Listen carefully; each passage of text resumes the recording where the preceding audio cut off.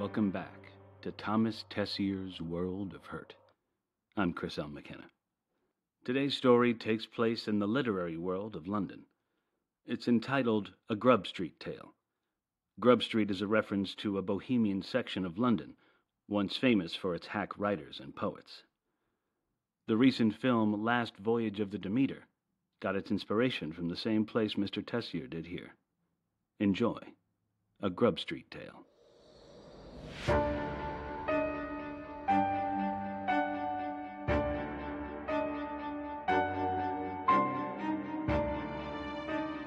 I still don't think he was that good. Geoffrey Wilson said as he charred the tip of a panatella. Obviously he had a talent, but the fact is he never knew quite what to do with it. He's being compared to Hawthorne now. Ridiculous, isn't it? Geoffrey smiled and shook his head. The same people who say that wouldn't deign to review his novels if he was still alive. Judith Stockman nodded hesitantly, as if she almost agreed with him. Geoffrey rather liked her, this dark-haired, dark-eyed young beauty, the perfect companion for a lovely summer evening. They were sitting on the terrace of a pub in Chiswick, discussing the short life and varying literary works of Patrick Hamm. You think he's overrated? Yes, of course. Geoffrey flicked his lighter again and puffed until the cigar was properly lit. No question. What was he like as a person? He had a certain charm. We had some good times together in Soho early on. He drank too much, needless to say. Especially in the last year? All along the line, really. It did get worse towards the end, I suppose, but by that time Patrick and I saw very little of each other. Alas. A sore point, that falling out, but one that could hardly be avoided. It was part of the unfortunate history.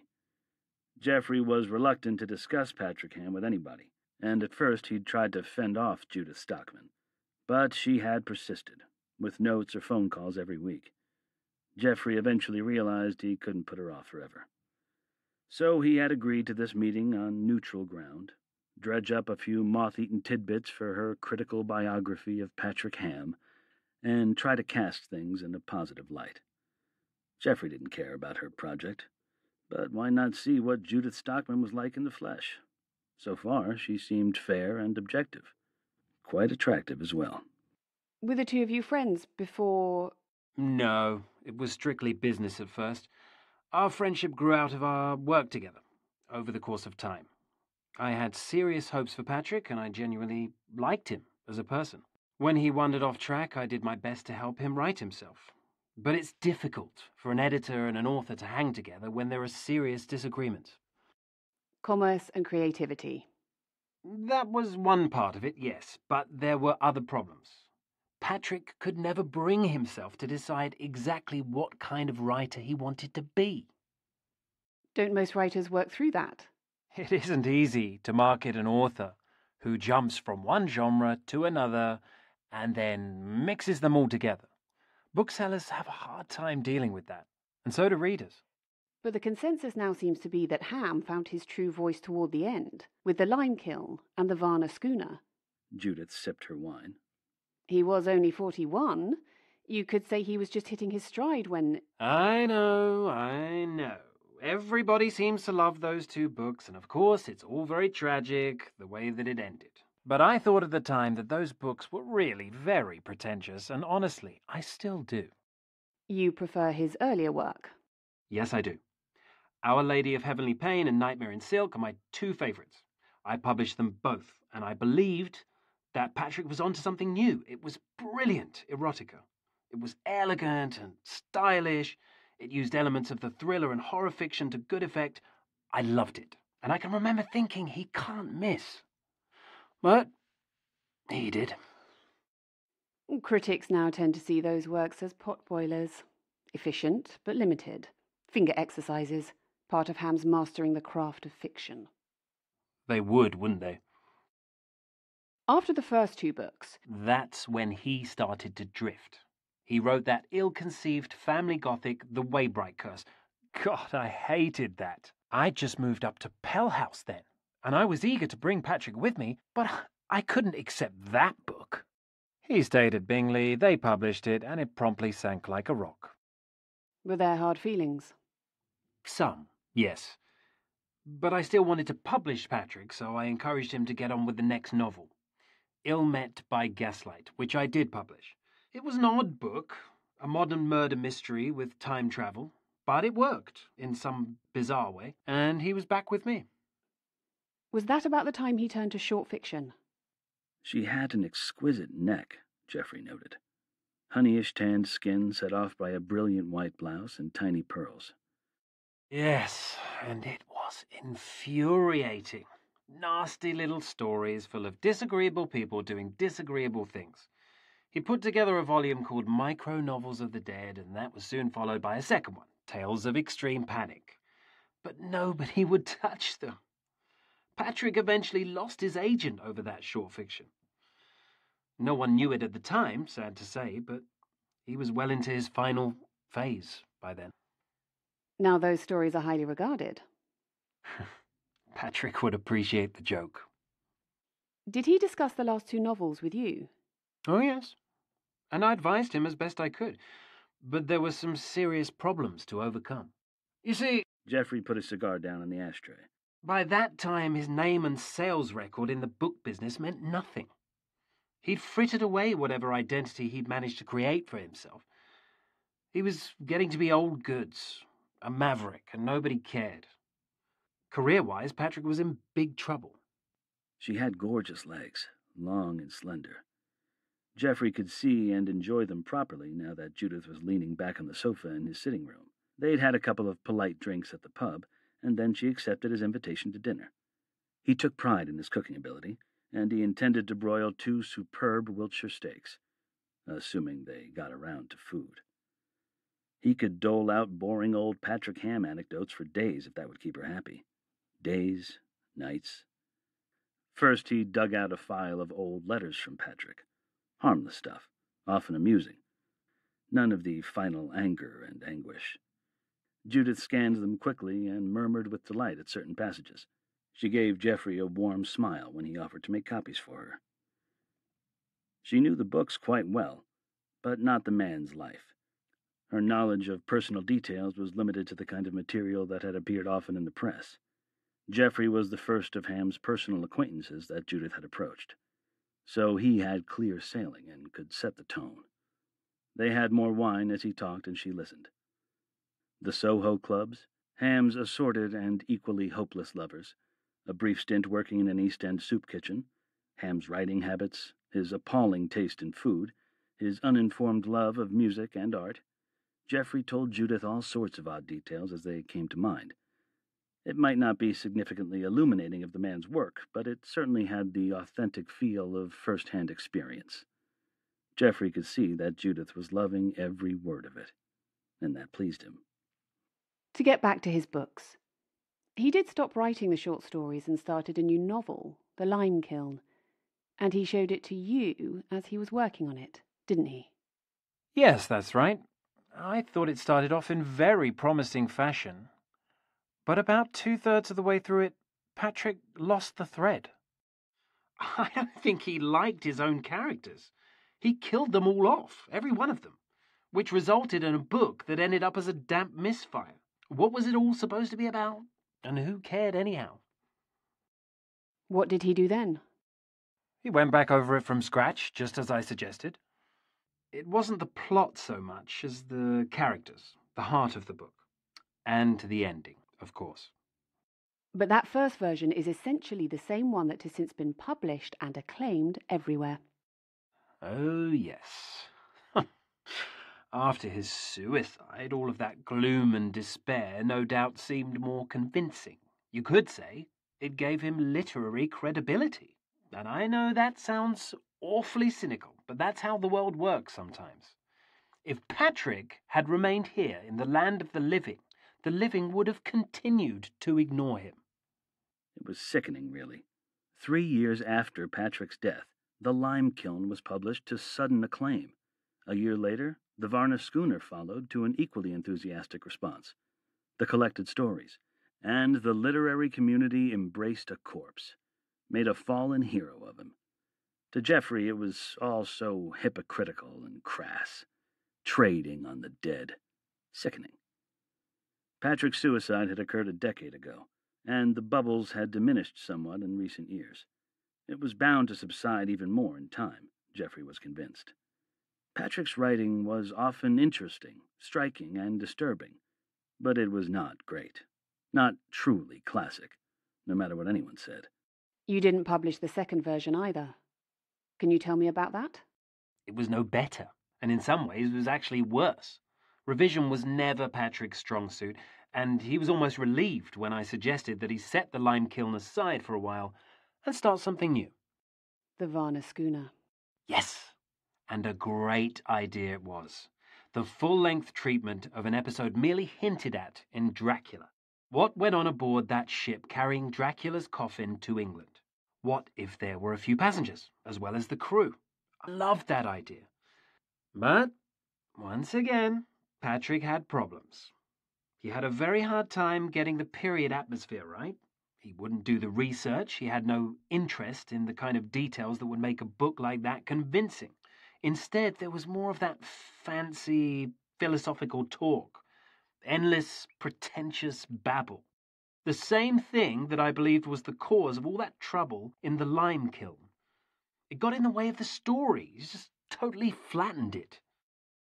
I know what you're thinking. What I disliked is exactly what people now praise in those books. It's what makes them so good, right? Well, that is true.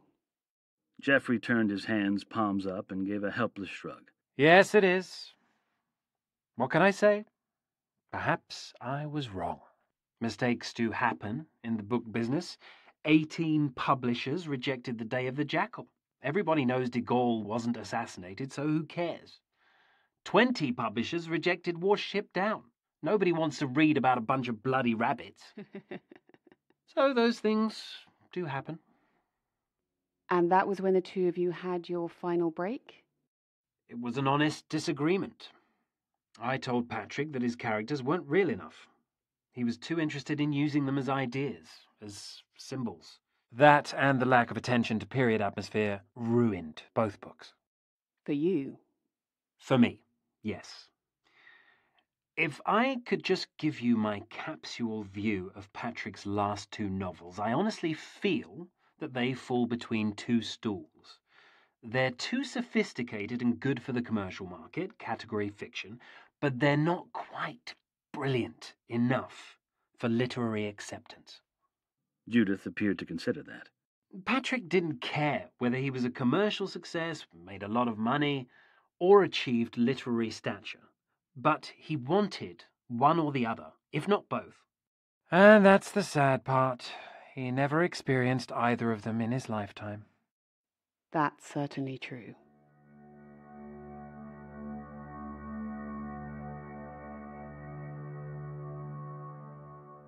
They were in Geoffrey's study. He had remembered a box of old photographs from his days at Bingley, and he knew that several of them showed Patrick. The Thursday afternoons when some of the house authors would drop by and the booze flowed, the fierce talk about literature and the book trade. Great times. Unheard of in this new era, with the business driven by accountants. Judith loved the snapshots and thought one of them might be reproduced satisfactorily in her eventual book. Geoffrey agreed, happy to please her. It might never happen anyway.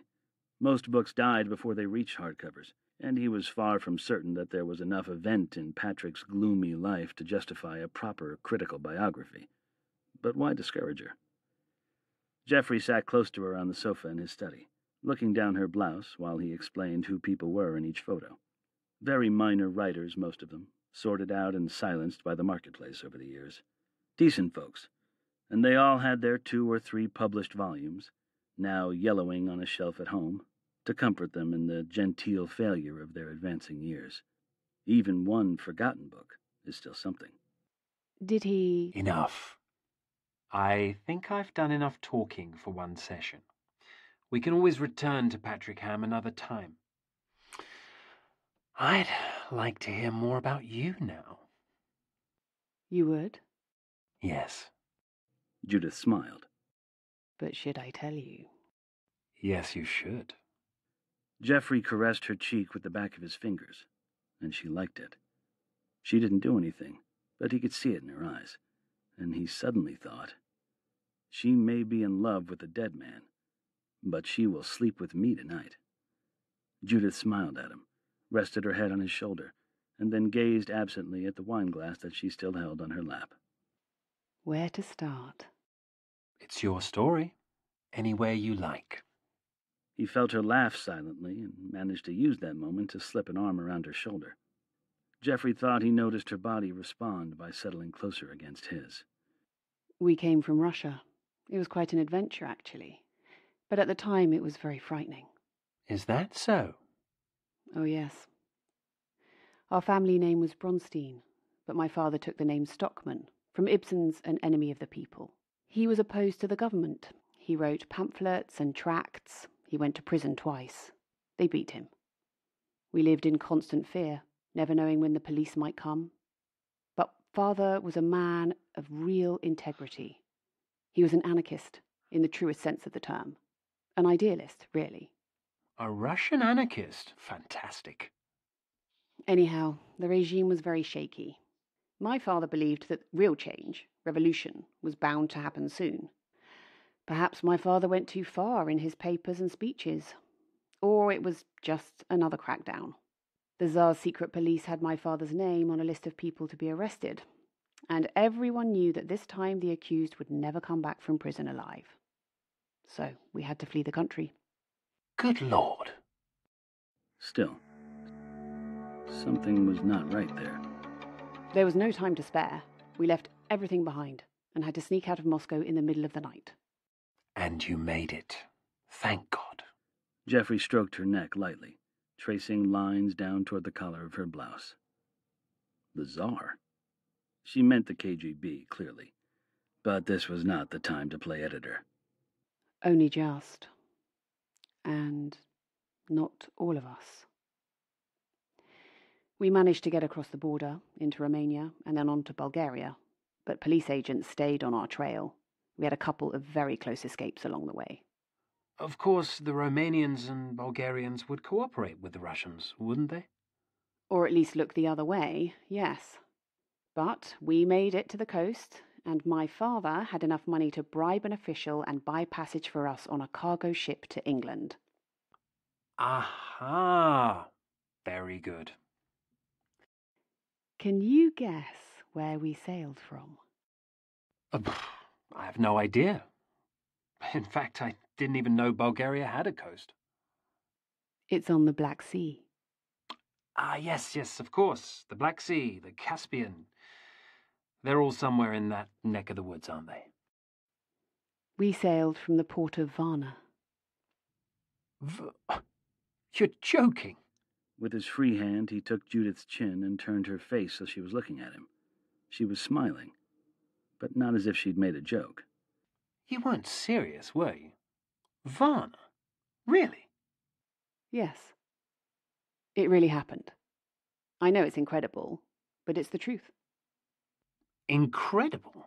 Not half. Ah, now I understand it.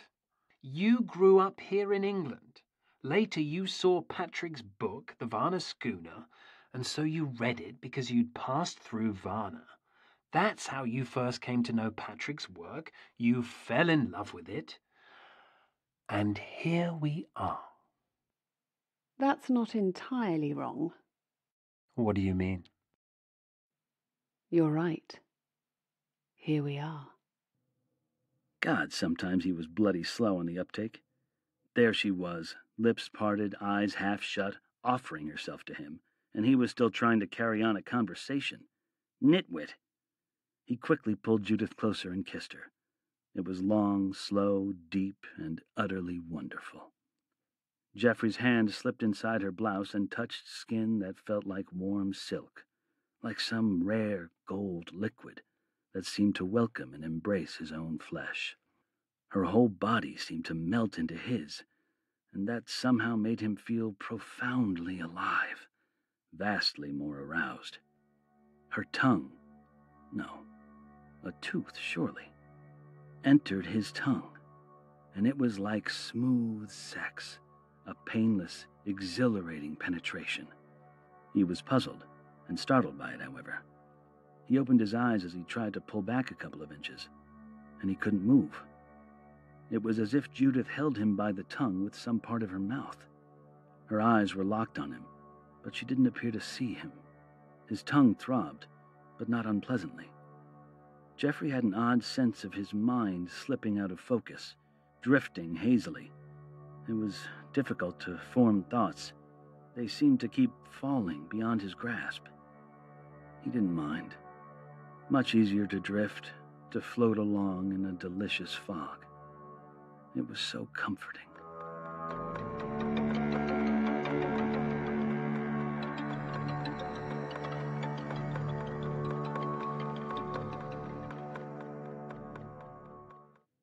He didn't hurt, but he felt weak. He was still on the sofa in his study, but now he was lying flat on his back. Judith sat on the floor beside him. The golden glow of her cheeks was now suffused with a faint pink blush. He felt so tired. He smiled, glad she was still there with him, though he wasn't exactly sure what had happened between them. You never even read the Varna schooner. You thought the lime kiln was a waste, and you were sure the Varna schooner would be just as bad. No, I've read it. Now he knew something was wrong. You didn't even remember my name. Years ago. 10, at least. More. Patrick gave me life. He created me. And at the end of the book, he saved my life. I lost my entire family on the schooner Demeter, and the crew died as well. Patrick gave them all to Dracula, who came out of his coffin in the hold. But Patrick allowed one person to survive. A child. A little girl. I escaped ashore at Whitby. Mad. But there's a price to pay for life. Any form of life. Patrick made me one of those who live forever. Oh, he was a good man. Strong in many ways, but hopeless at dealing with the outside world. Hopeless at career building. He trusted you, in spite of the times you let him down. And when you had no use for him or his last 2 books, he finally gave up. He knew he'd done his best work, but he had no hope left for it. He was a baby. Jeffrey felt good saying that. It took all his strength to get the words out. He could barely move. I won't take all of your blood. That would be too easy. I can keep you this way for days. Days on end. Until you eventually die of hunger. Like Patrick. Compound organ failure. Brought on by malnutrition. Starvation. When Patrick died in that awful flat in Hackney, he had no money. Nothing. It was a Simone Weil stunt. The ultimate career move. He had friends he could have gone to. He'd done so many times before. And he had money. The exertion nearly knocked him out. Friends. You were the only one, and you let him down. Money? He had £17, that's all. Enough to eat, to work, to live another day. He tried to push himself up on one hand. He was shaky, but he thought he was beginning to regain some of his strength. He didn't have to die the way he did. No, he didn't. He had friends. I told you. He had money. Yes, Jeffrey. Judith smiled again as she leaned forward, her mouth approaching his. And I'm sure you do too.